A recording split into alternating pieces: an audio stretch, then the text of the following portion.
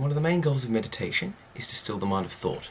This can be a daunting task to anyone, and especially to a beginner. In addition, there are many different methods, which sometimes provide confusing or even contradictory instructions. Personally, I've tried quite a few different types of meditation, and I've found that the following method, in my opinion, is the easiest for a beginner to start with, as there are clear guidelines on what to do and what not to do, as well as you'll find that you see results fairly quickly. So first, you need to obtain yourself a set of prayer or mala beads. Practically all religions have their own variations, and any of which are appropriate. You can even use non-religious, just jewellery beads from any jewellery shop. Personally, I use these ones, which are woolen beads that I've handmade. Secondly, choose a mantra. A mantra is a short statement that means something to you personally, or it can be a prayer of some kind. In my opinion, the words don't matter so much as the practice itself, but others would insist that their particular mantra is best. Either way, when you find a mantra that works for you, stick to it. For the purpose of this example, we'll use the mantra, I am at peace. Okay, so now you're ready. Sit down in a comfortable chair or in a seated position, and try to avoid laying down because you may fall asleep.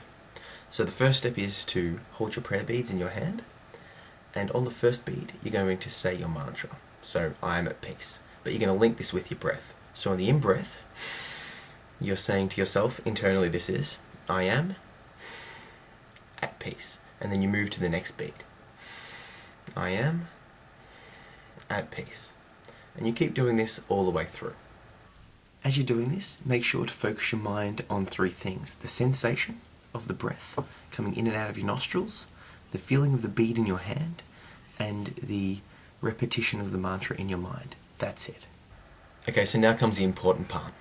When you do this, you're going to inevitably get a variety of thoughts, emotions, feelings, sensations, and even potentially auditory or visual hallucinations. The most important thing to remember is that these are all distractions, and the key is to ignore these distractions and continue with the practice. For example, you'll be holding your beads and you'll be going through, and you get the thought, I need to wash my clothes, or I'm bored, or I should try a different form of meditation. Anything might come up.